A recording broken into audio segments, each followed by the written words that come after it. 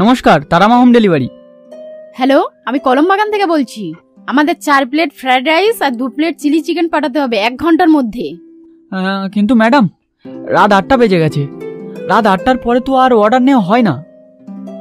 ও বললে তো আর হবে না দাদা, আপনাদের ভিত পূজার দিন থেকে আমি কাস্টমার, একটু ম্যানেজ করে কাউকে একটু পাঠিয়ে দিন না।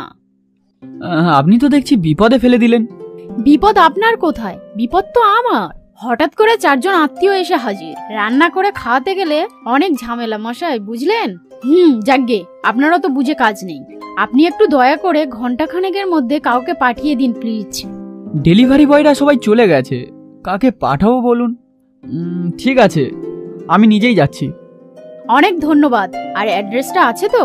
কলমবাগান বাজার, সিনেমা হলের পিছনের বাড়ি। এই রাকেশ, 4টে রাইস প্যাক কর। বনগাঁর শিমুলতলা থেকে কলমবাগান পৌঁছাতে ঘন্টা 1.5 লাগবে। সেই ফাঁকে একটু পরিচয়টা দিয়ে নিই।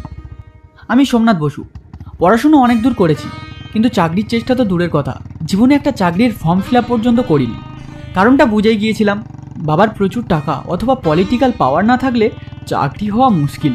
তাছাড়া চাকরির প্রতি তেমন কোনো ঝোঁক কোনোদিনই আমার ছিল না। বরাবরই আমার স্বাধীন ব্যবসা করার ইচ্ছে। প্রথম জীবনে মাশরুমের ব্যবসা, তারপরে জৈব সারের ব্যবসা, দুটোতেই তুমুল ঝাড় খেয়ে অবশেষে এই 3 নম্বর ব্যবসাটা শুরু করি। শুরুর দিকটাই একটু সমস্যা ছিল, কিন্তু বছর খানিকের মধ্যেই তারামা হোম ডেলিভারির ব্যবসা ফুলে ফেপে বিশাল আকার নেয়। সারাদিনে 200 থেকে 300টারও বেশি ডেলিভারি থাকে, কিন্তু রাত্রি 8টায় অর্ডার টাইম ক্লোজ করে দেওয়া হয়। তবুও প্রতিদিন কোনো না কোনো কাস্টমারের বাড়িতে রাত 8টার পরেও খাবার নিয়ে দৌড়াতে হয়। 8টার পরে ডেলিভারি বয়রা বাড়ি চলে যায়, তাই রাত 8টার পরে অর্ডার এলে আমি নিজেই চলে যাই। একটা সময় কিছুই ছিল না, কোনো কর্মচারী ছিল না, অফিস ছিল না।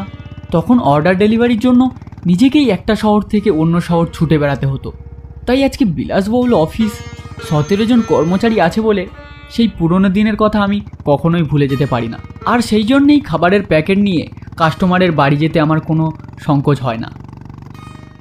এই যা, চাকাটা এখনই পাঞ্চার হচ্ছিল, সর্বনাশ।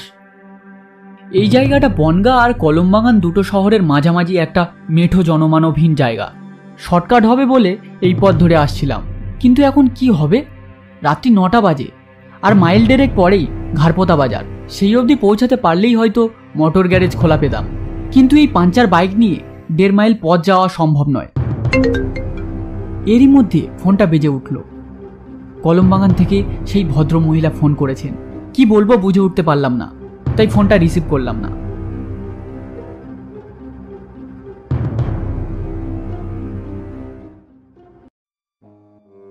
বাবু কি কাউকে খুঁজতেছেন? পিছন থেকে কে যেন বলে উঠল। আমি পিছনে ফিরে দেখি একটা লোক অন্ধকারের মধ্যে পিছনে এসে দাঁড়িয়ে গেছে। আধময়লা ছেঁড়াফুটো জামা গায়ে, একটা লুঙ্গি হাঁটু পর্যন্ত গুটিয়ে পড়া। আমি বললাম, না কাউকে খুঁজছি না, আমি পড়েছি একটা বিপদে। কি বিপদ বাবু? যাচ্ছিলাম কলমবাগান, হঠাৎ করে বাইকটা পাঞ্চার হয়ে বসলো। এখন কি যে করি বুঝতে পারছি না। ও বুঝেছি, তাই এই পথে গাড়ি ঘোড়া কিছু চলে না বাবু? তার উপর রাত্রির বেলা, এই মেঠো পথ কখনো ধরতে আছে নাকি? সুরা রাস্তার দূর ভালো সে কথা শোনেননি কো? আহা, সেসব কথা ছাড়ুন, এখন কি করি কোনো উপায় জানা থাকলে বলুন। কলমবাগানের কোথায় যাবেন বাবু? Cinema hall. সিনেমা হল যাবেন? সে তো নদী টপকালেই পড়বে। দেখেন দেখি, এ তো নদী পার হলেই 10 মিনিটের রাস্তা। হ্যাঁ, সেটা তো ঠিকই বলেছেন, এই মাঠের ওপারেই তো নদী, তাই না? আগে বাবু, কিন্তু এত রাতে নৌকা পাবো? হি, হারানো মাঝি থাকতে আপনি নৌকার চিন্তা করতেছেন বাবু? চলেন আমার সাথে। আরে কিন্তু আমার গাড়িটার কি হবে? ও আপনি তালা দিয়ে রেখে যান বাবু, কিছু হবে না। কাল সকালে মিস্ত্রি নিয়ে এসে গাড়ি সারাই করে নিয়ে যাবেন খন। ভাবলাম এছাড়া এখন আর করবার কি আছে। অর্ডার ডেলিভারির কথা বাদ দিলাম, নিজে বাড়ি ফিরতে হলেও আমাকে কলমবাগান থেকেই গাড়ি ধরতে হবে। বললাম, ঠিক আছে চলুন। হারানমাঝির পিছনে পিছনে হাঁটতে হাঁটতে ইছামতি নদীর পাড়ে এসে দাঁড়ালাম। জোছনা রাতে রঙিন হয়ে আছে ইছামতি নদী। নদীর পাড়ে এক মাঝারি আকৃতির নৌকা বাঁধা। হারানমাঝি বলল, এ আসেন বাবু, ওই যে আমার নাও।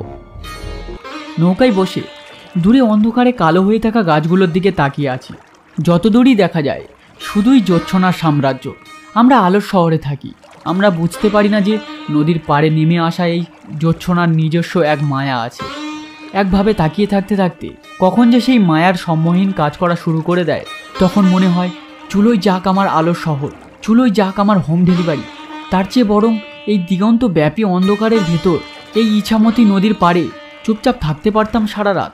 অথবা যদি খড়কুটোর ছাউনির নিচে আমাদের এক টুকরো সংসার হতো, তুমি জঙ্গল থেকে কাঠ কুড়িয়ে আমার জন্য রান্না করতে, আর আমি মাটির প্রদীপের আলোয় তোমার এলোমেলো চুল সরিয়ে দিতে দিতে কখন যে তলিয়ে যেতাম তোমার দীঘল কালো চোখের নদীর অতল গভীরতায়। বাবু, এই চলে এসেছি। হারান মাঝির কথায় ঘোর কাটল। এককালে লেখক হিসাবে শহর জুড়ে বেশ খ্যাতি ছিল, তারপর কাজের চাপে সেই পরিচয় মুছে যেতে থাকে। আজ এমন এক নৈসর্গিক পরিবেশে এসে সেই ঘুমিয়ে থাকা লেখক সত্তা যেন আবার জেগে উঠেছিল। তা যাই হোক, ভাবলাম হারান মাঝির সাথে একটুও কথা বলা হয়নি। আচ্ছা হারানদা, তোমার বাড়ি কোথায়? হারান মাঝি আমার কথায় হেসে উঠল। হে হে হে, আমার বাড়িঘর সবই তো এই নদী বাবু। হ্যাঁ, সে কি? আজ্ঞে বাবু, সারাদিন নৌকা বায়, দুপুরে বউ গামছা বেঁধে ভাত দিয়ে যায়, নদীতে একটা ডুব দিয়ে খেয়ে নি, তারপর নৌকাতে একটা লম্বা করে ঘুম দেনি, সন্ধেবেলা জাল ফেলি, তারপর সারা রাত জাল টানি। অনেক কাজ বাবু। তা হলো নি, নদীই আমার ঘর তোর। হ্যাঁ, তাই তো দেখছি।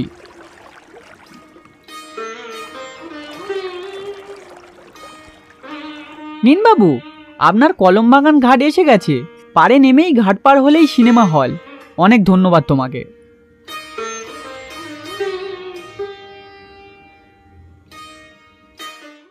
নৌকা থেকে নেমেই মাঠের মাঝামাঝি এসে খেয়াল হলো ব্যাগটা নৌকায় ফেলে এসেছি। ভাবলাম তাড়াতাড়ি না গেলেই যদি হারান মাঝি নৌকা নিয়ে চলে যায় তাহলেই হয়েছে, তাই পরিমরি করে ঘাটের দিকে দৌড়াতে লাগলাম। ঘাটের কাছে এসে দাঁড়িয়ে যা দেখলাম তাতে আমার শির দ্বারা বেয়ে ঠান্ডার স্রোত বয়ে গেল। নৌকার উপরে ওটা কে?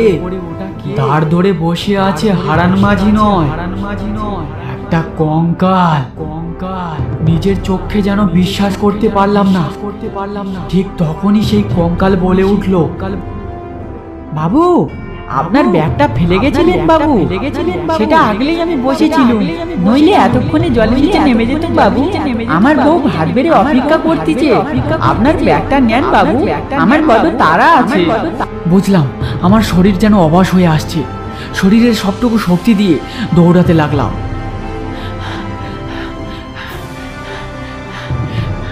দৌড়াতে দৌড়াতে বড় রাস্তায় এসে উঠলাম। সামনের একটা চায়ের দোকানে দুই একজন বসে চা খাচ্ছে। সামনের বেঞ্চে গিয়ে পাশের লোকটাকে জিজ্ঞাসা করলাম, আচ্ছা দাদা, হারান মাঝি নামে কেউ এই ঘাটে নৌকা চালাতো? হারান মাঝি? হ্যাঁ, সে তো অনেক বছর আগে। বড় ভালো মানুষ ছিল, সারাদিন নদীতেই পড়ে থাকতো, আর ওই নদীই হলো তার কাল। নদীতে ডুব দিয়ে আর ওঠেনি। 3 দিন পর তার পচা গলা মৃতদেহ ভেসে উঠেছিল। মাঝি আবার জলে ডুবে মরে? সাঁতার জানতো না? জানতো না। আবার জলের নিচে কি যে হয়েছিল তা কেউ জানে না। তা যাকগে, আমি বাড়ি যাব, চলি।